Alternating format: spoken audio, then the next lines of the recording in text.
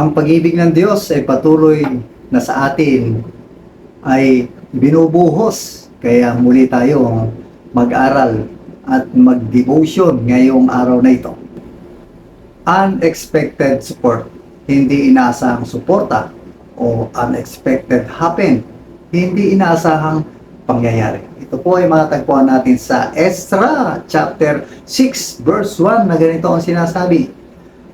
Nagpalabas nga ng isang utos si Haring Dario na saliksigin ang mga kasulatan ng kaharian na nakatago sa Babylonia.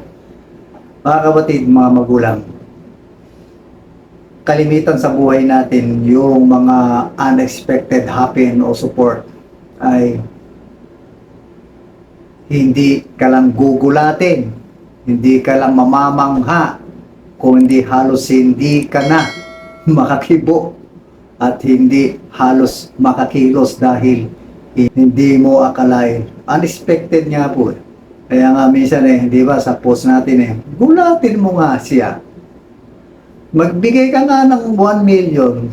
So tingnan naman natin kung paano naman nagulat o namangha ang mga tauhan ng Panginoon Diyos o yung kanyang mga hinirang sa panahon ni Ezra at ni Haring Dario.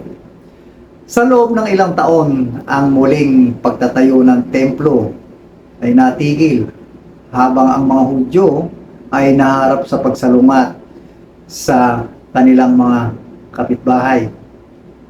Nung last mga video natin ay nakita naman natin doon ang templo ay maraming against para itayo muli ito. Pero may mga pagkakataon na yung gawain at ministeryo ng Diyos ay hindi kayang pigilin. Kaya si Haring Dario ay ginamit ito ng Diyos.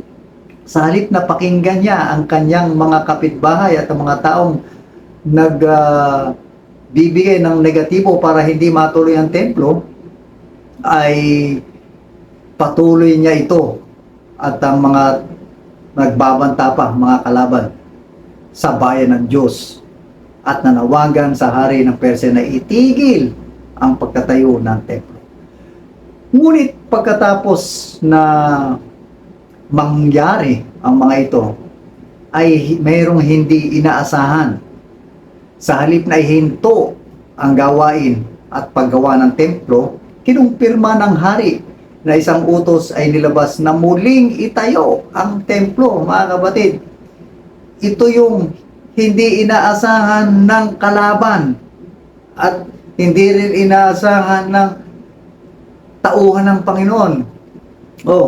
Unahin po natin, yung kalaban, hindi nila inaasahan na ang Haring Dario ay babaligtad sa inaasahan nila kasi ipapapatigil nga ng kalaban. Pero ito namang mga kawal ng Diyos ay ine-expect nila na ihinto na.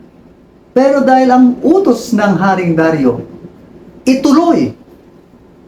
So kaya ito yung sa both side.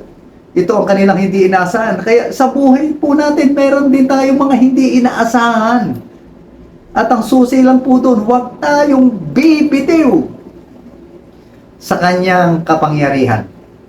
Kung minsan, ang Diyos ay nagbibigay ng suporta mula sa hindi inaasahang pangyayari upang mapanatili ang kanyang ministeryo sa mundong ito. Tama naman po yun.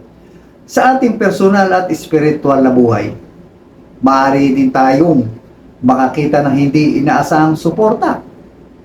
Ang mga teacher natin, ang mga estudyante dyan, yung mga teacher natin at yung mga coaches natin, mga mentor natin ay maaaring magpakita sa atin ng grasya o mga biyaya. Kahit na matigas ang ulo natin, kahit biligo natin sila, ibibigay pa rin nila ang todo at lakas na kanilang suporta sa atin. Pero ito ay hindi natin mga inaasahan. Kung ikaw naman ay nagtatrabaho, ang iyong employer ay nakahanda sila sa anumang krisis na dumating sa ating pamilya. At naranasan natin yan itong nakaraang pandemic. Ang ating mga employer o ating mga pinagtatrabuhan ay isa sila sa mga tumulong sa atin. Unexpected po yan. Kaya Mga kapatid, biyaya po kung ikay nagtatrabaho, panitilihin po natin mas maayos ang trabaho natin. Suklian po natin ang kanilang kabutihan dahil sa pagtulong sa atin. Nakakautang tayo at naiintindihan nila ang ating kalagayan. Maging sa pamilya, halimbawa, ang isang asawa ay maaaring magpakita ng malalim na pagpapatawad na pangako sa kabila na naging hindi tapat. Kapatid, lagi kong binabanggit ako ay nakaranas na naging hindi tapat sa aking asawa, pero unexpected po dahil biyaya ng grace yung aking asawa. Pinatawad po ako. 2 kamay po ako niyang niyakap. Sa pamamagitan ng mga pagkilos na tulad dito, ay natatanaw natin ang awa at pangangalaga ng Diyos sa atin.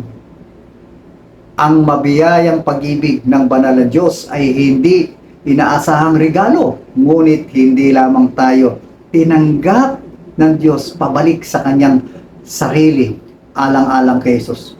Kumikilos rin ang kanyang espiritu sa pamamagitan ng mga sistema ng tao. Kahit anong gawin po natin, kikilos ang banal na espiritu, manangan at humawak lang tayo sa kanya. Maging ang mga hari at ang pamahalaan upang ipaalala sa atin kung paano tayo mamuhay at gawin ng tama. Nawa, may nakapulutan tayo aral ngayong araw na ito. Sa pangalan ng Ama, ng Anak, Banal Espiritu Santo. Amen at Amen.